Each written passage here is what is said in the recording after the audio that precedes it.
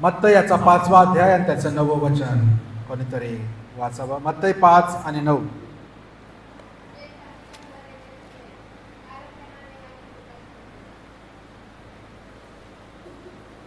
जर सर्वांना मिळालं असेल मत्तई 5 आणि 9, त्यामध्ये लिहिलं आहे, जे शांती करणारे ते धन्य, ते आशीर्वाद आहे, कारण त्यांना देवाची मुले म्हणतील.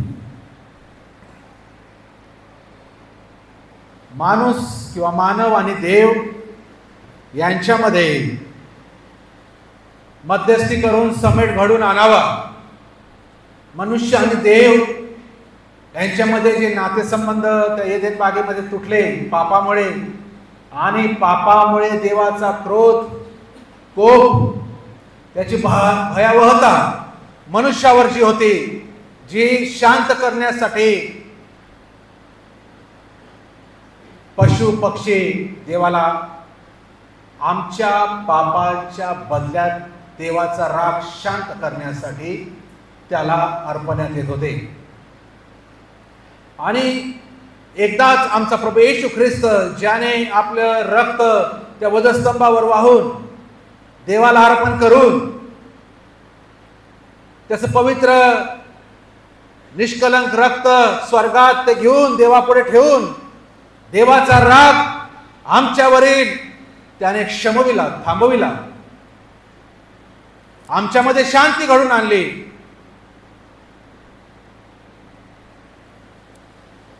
आणि म्हणून तो सांगतो त्या अधिकाराने की जे शांती करतात ते धन्य आहेत, जे मध्यस्थी करून शांती प्रस्थापित करतात ते धन्य आहेत, त्यांना देवाची मुलं म्हणते. आमच्यामध्ये, देवाच्या मुलांमध्ये, देवाच्या लेकरांमध्ये आणि सैतानाच्या लेकरांमध्ये हाच फरक आहे. सैतान गोंधळ माजविणारा आहे, सैतान अशांतता निर्माण करणारा आहे, सैतान अशांतता प्रसरवणारा आहे, सैतान भावाभावात तुटी आणि फुटी पाडणारा आहे. देवाची लेकरं जिथे तुटलेलं आहे तिथे जोडण्याचं काम करतात, जिथे विभाजन झालेलं आहे तिथे पुनर्स्थापना करतात, समेट घडून शांतीच्या मार्गाने. हाच फरक देवाच्या लेकरांचा जगासमोर आहे. आणि म्हणून प्रभू येशू ख्रिस्त या गोष्टीला हात लावतो आणि तो त्या जमलेल्या हजारो लोकांना तो उद्देशून बोलत आहे, आम्हाला उद्देशून बोलत आहे. जे शांती करणारे आहेत तेच आशीर्वादित आहे, ते धन्य आहेत, कारण ती देवाची लेकरं आहेत. आपण आज जगात पाहिलं एवढे युद्ध, लढाया, जिथे जा तिथे भांडणं, जिथे जा तिथे अशांतता पसरलेली आहे. एका वेळी 4-4, 5-5 राष्ट्रांमध्ये आज युद्ध सुरू आहे. जे मध्यस्थ करायला जातात त्यांच्यामुळे जास्त अजून अशांतता निर्माण होऊन भांडण होत आहे.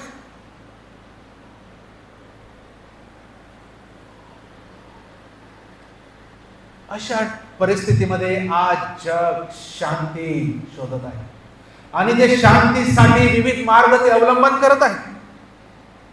पण एवढं सगळं करून शेवटी मनुष्याच्या पदरी, मनुष्याच्या हाती फक्त अशांतता आज लागत आहे.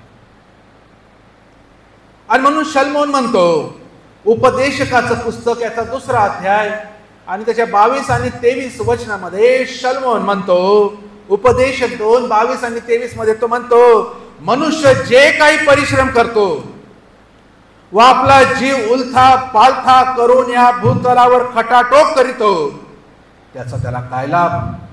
त्याने सर्व दिवस दुःखमय असतात, त्याची दगदग कष्टमय असते, रात्रीही त्याच्या मनास चैन नसते.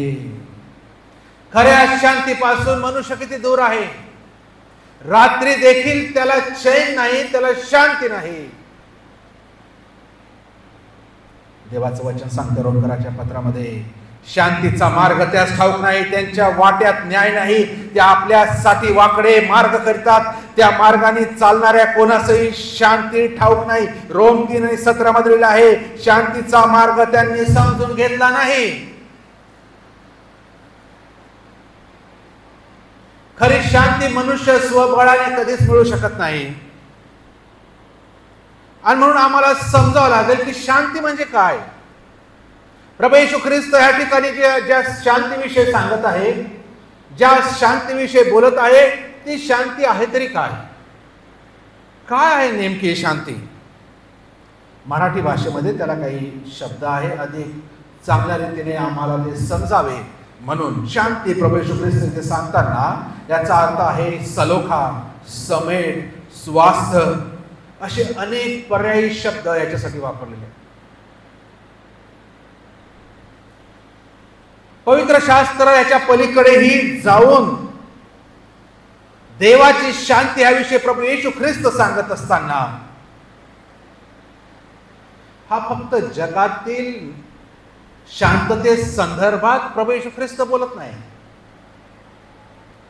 जसा एशियामध्ये एशिया 45:7 मध्ये आहे, ज्या शांतीचा जनकच मुळी परमेश्वर आहे त्या शांतीविषयी तो बोलत आहे. स्तोत्र 29:11 मध्ये लिहिलेलं आहे, परमेश्वर स्वतः आपल्या लोकांस शांतीचे वरदान देतो. म्हणजे खरी शांती परमेश्वराकडून आहे. खरी शांती येशूच्या रक्तामध्ये आहे. याकोब म्हणतो 3:17 मध्ये, वरून म्हणजे देवाकडून येणारे ज्ञान हे शांतीप्रिय असते, शिवाय ते शुद्ध असते. तेव्हा शांती व ती देखील देवाकडून मिळणारी शांती ही शुद्धता अथवा नीतिमत्व यातून लाभते. वरून येणारी शांती ती शुद्ध असते. अशी शुद्ध शांती मनुष्याला हवी आहे. इब्री लोकास पत्र लिहिताना इब्री 12:14 मध्ये वाचूया. कोणीतरी वाचा इब्री 12:14. लवकर लवकर वाचूया.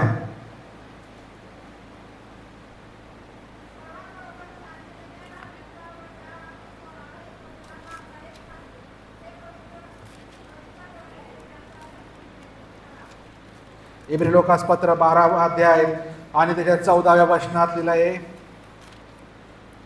सर्वांबरोबर शांततेने राहण्याचा व ज्या वाचून कोणालाही प्रभूला पाहता येत नाही ते पवित्रीकरण मिळवण्याचा झटून प्रयत्न करा. आदेश आहे, कमांड आहे, ऐच्छिक नाही, पर्याय नाही. तर देवाचं वचन त्याच्या लेकरांना आदेश देत आहे, सर्वांबरोबर शांतीने राहा.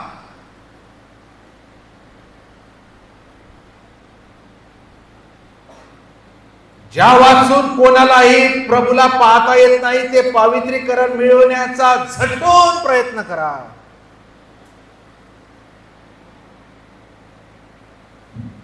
स्तोत्र करताय म्हणतो स्तोत्र 85 आणि 10 मध्ये, नीती आणि शांती यांनी एकमेकाचे चुंबन घेतलेले आहे. खरोखर जिथे नीतिमत्वता आहे, जिथे पवित्रता आहे, जिथे शुद्धता आहे, तिथेच खरी देवाची शांती आहे. परत एकदा सांगतो, जिथे नीतिमत्वता आहे, जिथे शुद्धता आहे, जिथे पवित्रता आहे, तिथे देवाची खरी शांती आहे. अन्य शांती व्यर्थ, मतलबी आहे, तात्पुरते आहे.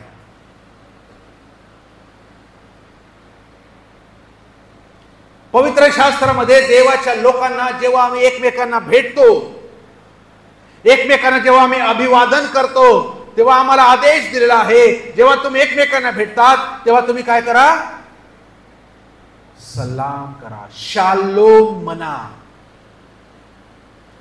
सगळ्या पत्रांची सुरुवात पाहतो मी, पेत्र म्हणतो, पाऊल म्हणतो, सगळ्या मंडळीला, ह्या मंडळीला, त्या मंडळीला प्रभू येशूच्या नावात आम्ही सलाम सांगतो, शालोम सांगतो. जेव्हा तुम्ही एकमेकांना भेटतात, एक दुसऱ्यांना सलाम करा, शालोम म्हणा. येशूची शांती तुम्हासही असो. म्हणजे मूळ भाषेमध्ये जर आम्ही पाहिलं तर एक प्रकारे सर्वोच्च हित तुम्हाला मिळो, सर्वोत्तम गोष्टी तुम्हाला प्राप्त हो, येशूची शांती तुम्हाला प्राप्त हो, असा त्याचा अर्थ आहे. येशूची शांती तुम्हासह असो. पुष्कळदा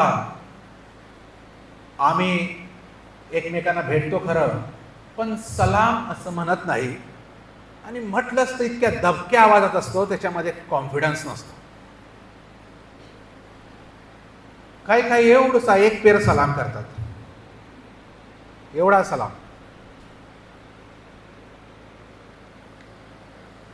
एवढी शांती देतो बस. 100त फक्त 5%, 2%, बाकी देत नाही. काय सलाम करायचे मजबूत करतात, कॉन्फिडन्स. येशूची शांती तुझ्यासाठी फील व्हायला पाहिजे, फील ट्रान्सफर होते, एनर्जी ट्रान्सफर होते. जी मला शांती न जाणू त्या भाव बिचारा एखादा अशांत असेल, ती बहीण एखाद्या वेळेस टेन्शन मध्ये असेल, चिंताक्रांत असेल, आणि जेव्हा मी सलाम करतो येशूचा, तेव्हा शालोम म्हणतो, तेव्हा ती शांती त्याच्यासही असते. ही एक प्रोसेस आहे, हा फॉर्म्युला आहे, आणि कोणी मनुष्याने दिलेला नव्हे, तर हा देवाने दिलेला आहे. ख्रिस्ती लोकांनो, जेव्हा आम्ही एक दुसऱ्यांना भेटतो तेव्हा आम्हाला कंपल्सरी आहे आम्ही शालोम म्हणावं, आम्ही सलाम म्हणावं, कारण लोकांना ह्या जगामध्ये शांतीपेक्षा मोठी कोणती गोष्ट नाही. आज केवळ अशांत डोके असल्यामुळे मोठे मोठे पाप घडतात, मोठे मोठे कृत्य घडतात, मोठ्या मोठ्या भांडण तंटे निर्माण होतात, गैरसमज निर्माण होतात. का? कारण इथे अशांतता आहे. आणि म्हणून जेव्हा इथे शांती असेल, जेव्हा इथे स्थैर्य असेल, जेव्हा इथे शुद्धता असेल, मी हसतमुखाने सलाम करतो, आलिंगन देतो, काय चर्चेसमध्ये सांगितल्याप्रमाणे चुंबन घेतो. शास्त्रात सांगितलं. पुष्कळदा आम्ही आमचं ज्यांच्यासोबत जमत नाही त्याला सलाम करावा नाही लागू म्हणून आम्ही आधीच पळ काढतो. ह्याच्याने काय होईल? खूप मोठे आम्ही तीर मारतो, खूप माझा इगो खूप भारी आहे. कोणाचं नुकसान ह्याच्यात? माझा. कारण मी देवाची आज्ञा पाळत नाही. असेल माझा शत्रू, असेल माझा दुश्मन, असेल एखाद्या बरोबर माझे संबंध नीट नसतील, पण मला ह्याच्यावर तर जाऊ शकत नाही ना. मग नसेल नीट तर हीच जागा आहे, हीच वेळ आहे, त्याला सलाम म्हणा. येशूची शांती ज्याच्याकडे आहे तोच देऊ शकतो. जो पळून जातो त्याच्याकडे शांती नाही, तो दिल कुठून? तो बेचैन आहे अजून, तो दुविधा मनस्थितीमध्ये अजून. मुळात त्याला शांती नाही, तो दुसऱ्याला कधी देईल? आणि म्हणून आपण हे चहा वगैरे काय जे ठेवलेले आहेत, एवढ्या मंडळी पैसे त्यामध्ये आपण का घालत आहोत? का आम्हाला घरी चहा मिळत नाही? का आम्हाला घरी बिस्किट मिळत नाही? का आहे हे? ह्याच्यासाठी आहे. नुसतं चर्च सुटून आम्ही पळून जायला नको, तर आम्ही थांबून एकमेकांसोबत त्या बहाण्याने सहभागिता घ्यायची. आठवडाभर आम्ही भेटत असेल नसेल आम्हाला ठाऊक नाही, प्रत्येकाबरोबर आम्ही सहभाग घ्यावे. एक 10 मिनिटं आम्ही घालवावे. आमच्या चर्चचा रेकॉर्ड आहे, आम्ही वेळेच्या बाहेर जात नाही, पण जो पण वेळ आम्ही भेटतो 10 मिनिटं आम्ही थांबावं, नाही का?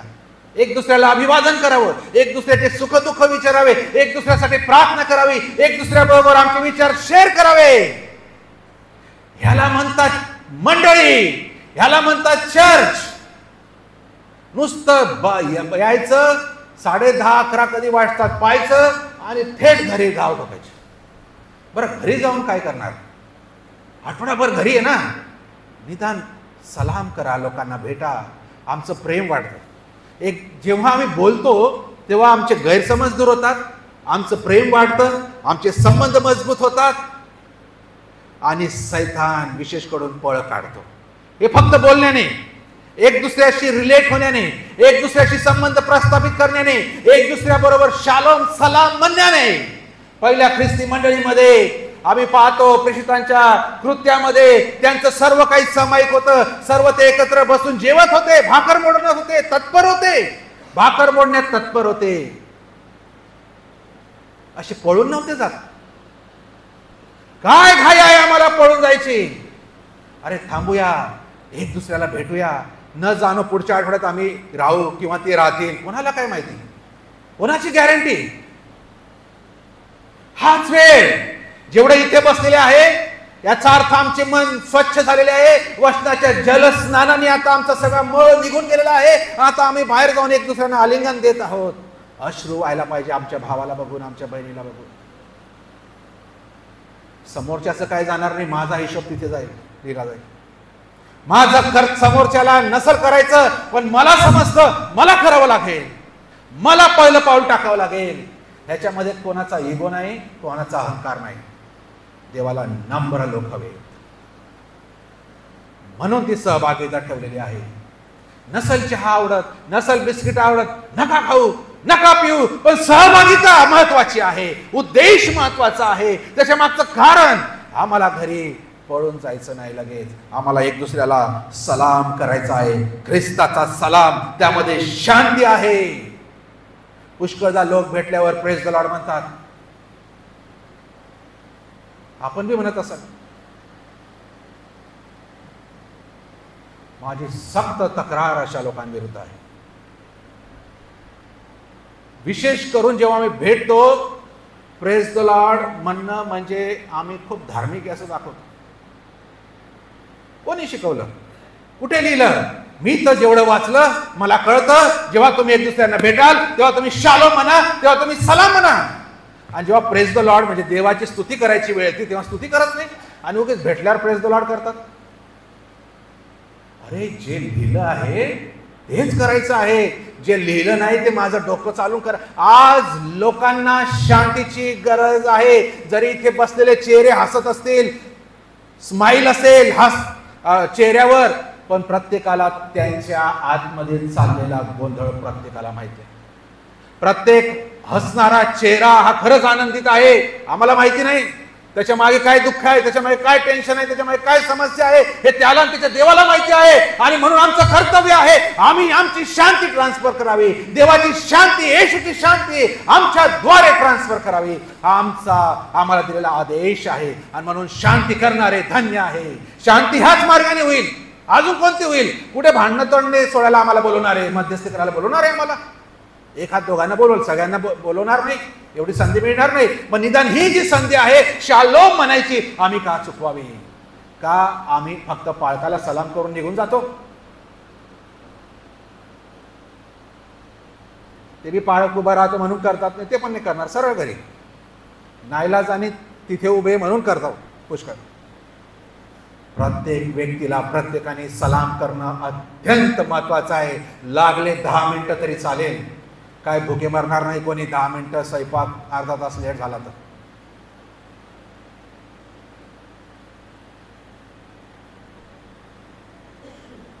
प्रेज द लॉर्ड म्हणा नाही तर वेळेस, पण जेव्हा तुम्ही अभिवादन करतात तेव्हा सलामच म्हटलं पाहिजे. देवाचं वचन सांगतं आम्ही सलाम म्हणाव, शालोम म्हणाव. फार महत्वाची गोष्ट आहे. फाजील धार्मिक होऊ नको, देवाचं वचन सांगतं. नको तिथे डोकं लावू नको. जे लिहिलंय ना तेच, माझा बुद्धी वापरायची नाही तिथे. आणि म्हणून सलाम करणं अत्यंत महत्वाचं आहे. प्रभू येशू ख्रिस्त म्हणतो, वाचूया मत्तयाचं शुभवर्तमान 10वा अध्याय, मत्तय 10. सर्वांनी काढू, आपल्या शास्त्रामध्ये पाहूया, सगळ्यांनी काढूया. मत्तय 10:12 पासून.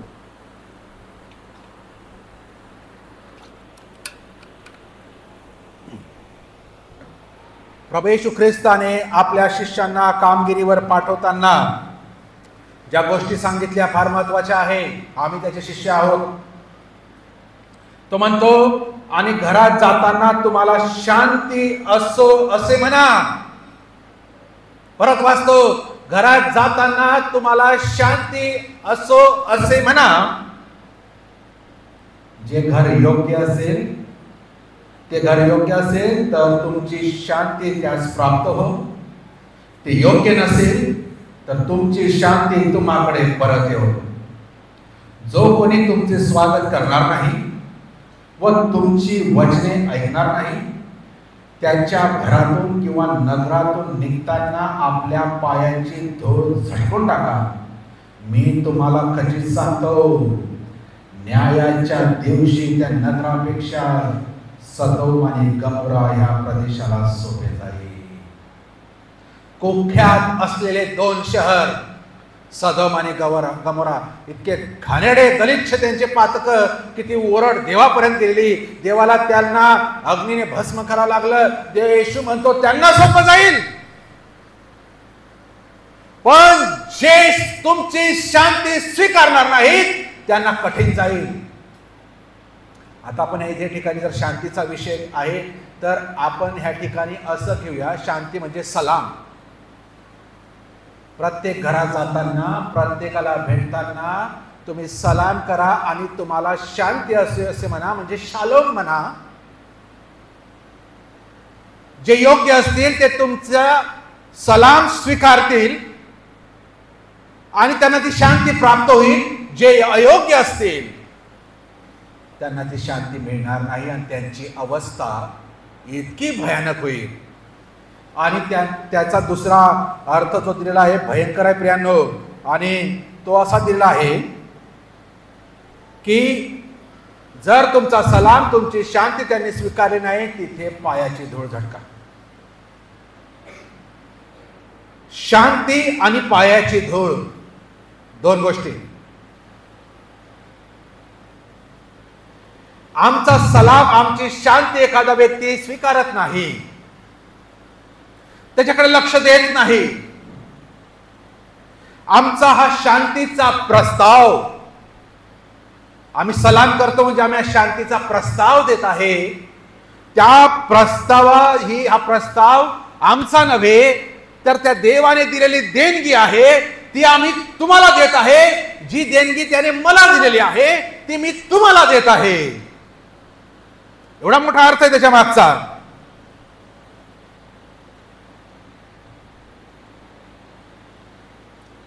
शालोम हिब्रू शब्द आहे, इब्री शब्द आहे.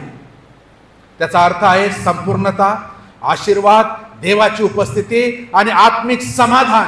आम्हाला जर वाचायला पाहिजे यशया 26:3, योहान 14 आणि 27 मध्ये लिहिलं आहे या वचनात. फार मोठी गोष्ट आहे. देवाची सुवार्ता, देवाची शांती, देवाचे दूत जिथे पुढे प्रवेश करतात तेव्हा प्रथम देवाचे दूत आशीर्वाद देतात आणि आशीर्वाद घेऊन येतात. जेव्हा तो आशीर्वाद स्वीकारला जात नाही तेव्हा ते न्याय आणतात. देवाचे देवदूत दोन गोष्टी आणतात, देवाचे आशीर्वाद आणतात, त्याचा स्वीकार झाला नाही तर देवाचा न्याय आणतात. एवढी कठीण गोष्ट आहे. जे ह्या शांतीचा नाकार करतात देवाचा न्याय त्यांच्यावर लवकर येतो. जे आपल्या भावापासून तोंड फिरवितात, जे आपल्या भावापासून तोंड लपवितात, देवाचा न्याय त्यांच्यावर आल्याशिवाय राहत नाही.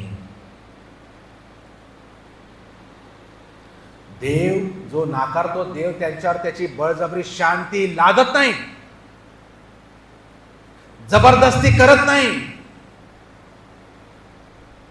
स्वीकारणाऱ्याला शांती, स्वीकारणाऱ्याला आशीर्वाद आणि शांती नाकारणाऱ्याला न्याय आहे.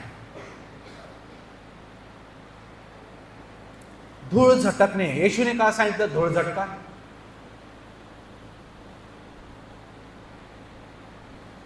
जर शांती स्वीकारली नाही, जर सलाम स्वीकारला नाही तर त्याच्या दारामध्ये तुमच्या पायाची धूळ झटका.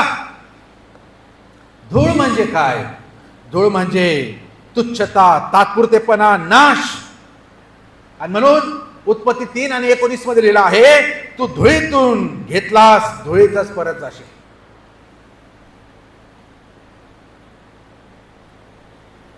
धूळ झटकणे म्हणजे आम्ही आमचे कर्तव्य केले आहे, आता देव तुमच्याशी तुमचा व्यवहार करेल. आम्ही देवाच्या सांगण्याप्रमाणे केलं, तुम्ही ऐकत नाही, आता तुम्ही आहे आणि तो देव आहे. वाचूया एहेजकेलाचं पुस्तक 3रा अध्याय. एहेजकेल 3 आणि त्याची 18 ते 21. एहेजकेल 3, 18 ते 21. तू खात्रीने मरशील असे मी पातक्यास म्हणालो असता, तू जर त्यास बजाविले नाही व पातक्याने आपला कुमार्ग सोडून जगावे म्हणून तू त्यास बजावून सांगितले नाही, तर तो पातकी आपल्या दुष्टाईमुळे मरेल, पण त्याच्या रक्ताचा झाडा मी तुझ्याकडून घेईन. तू त्या पातक्यास बजावले असून त्याने आपली दुष्टाई व कुमार्ग ही सोडली नाही, तर तो आपल्या दुष्टाईमुळे मरेल आणि तू आपला जीव वाचवशील असे होईल.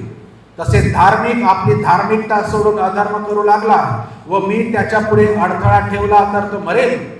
तू त्याला बजाविले नसल्यास तो आपल्या पातकामुळे मरेल व त्याने केलेली धार्मिकताचा मेल धरण्यास येणार नाही, पण त्याच्या रक्ताचा झाडा मी तुझ्याकडून घेईन. पाप करू नये असे तू त्या धार्मिकास बजावले व त्याने पाप केले नाही, तर त्याने बोध घेतल्यामुळे तो जगेल आणि तो आपला जीव बचावशील असे होईल. ही आमची नैतिक जबाबदारी आहे. या गोष्टी सांगायचे, पुढचं ऐकून त्याच्यावर आहे. म्हणून आम्ही येशूची शांती, तो सलाम करणं प्रत्येकाचं नैतिक आध्यात्मिक कर्तव्य आहे. पुढचा स्वीकारो न स्वीकारो त्याचा आणि त्याच्या देवाचा संबंध आहे. त्याचा दोष त्याच्या माथी आहे, परंतु त्याला तू सांगतच नाही, त्याला तू करतच नाही, तर त्याच्याकडून तो हिशोब होईल, पण देव माझ्याकडून पण घेईल, माझ्याकडून पण हिशोब घेईल. आज वर्षानुवर्ष पिढ्यानपिढ्या झाल्या काहींच्या दुश्मनी आहेत. आम्हाला वाटतं त्याने चूक केली, त्याची चूक आहे, ठीक आहे, देव त्याच्याकडून हिशोब घेईल, पण तू का गेला नाही ही तुझी पण चूक आहे आणि म्हणून देव त्याच्या बरोबर तुझा पण हिशोब घेईल.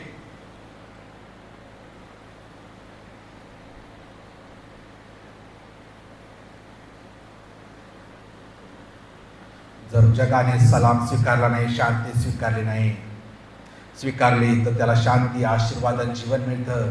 जर त्या घराने, त्या व्यक्तीने तुमचा सलाम आणि शांती स्वीकारले नाही, तर त्याला धूळ, न्याय आणि नाश या गोष्टीला सामोरं जावं लागणार आहे. त्यामुळे 2 चिन्ह आहे. शांती म्हणजे देवाची कृपा, धूळ म्हणजे देवाचा न्याय.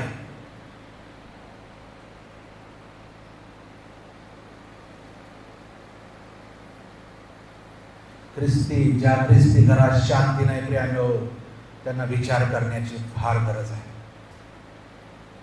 नाशाच्या मार्गावर तर नाही ना, नाशाच्या मार्गावर तर नाही. का माझ्या घरामध्ये अशांतता आहे?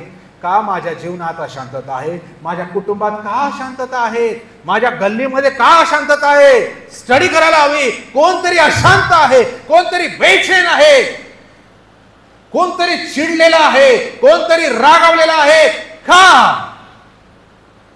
त्याला जाऊन भेटूया आणि सलाम करूया. काहीच बोलू नका. तू का केलं, कशाला केलं, काय तुझ्या समज. येशूची शांती तुझ्या जवळ असते. बस 100 प्रश्नाचं एक उत्तर. जर त्याने स्वीकारली ठीक, तू त्याला मिळवलंस. त्याने नाकारली, तुझा दोष नाही, आता त्याचा दोष. प्रेषित 13 आणि 51 मध्ये पाऊल आणि बार्निमास देखील अँटिओक शहरामध्ये जातात.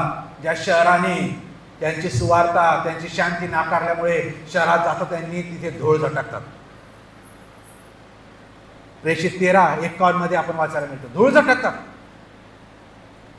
प्रेषित 8 आणि 6 मध्ये पाऊल यहुद्यांना म्हणतो, तुमचे रक्त तुमच्या डोक्यावर, मी निरपराध आहे.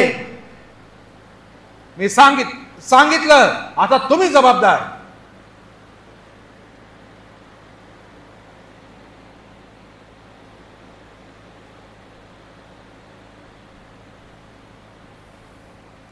सुवार्तेचा, शांतीचा, सलामाचा प्रस्ताव आम्ही देणारे लोक असावेत. मग तो कोणी असो. जर समोरच्याने स्वीकारली त्याला कृपा मिळेल, जर नाकारली तर धूळ झटकून चालते व्हा.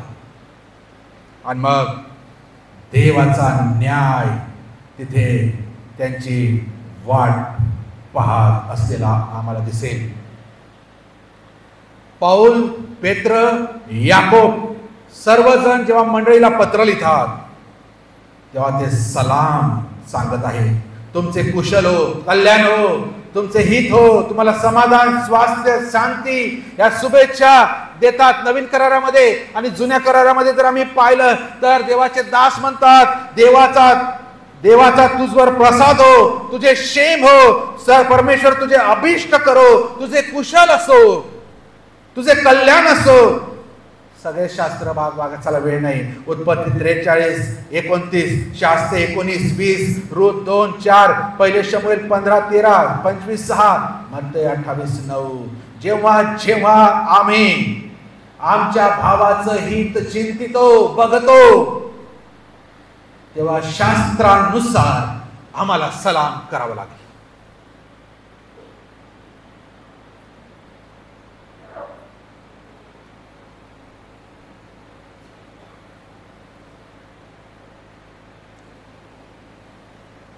खरी शांती काय आहे आपण पाहूया.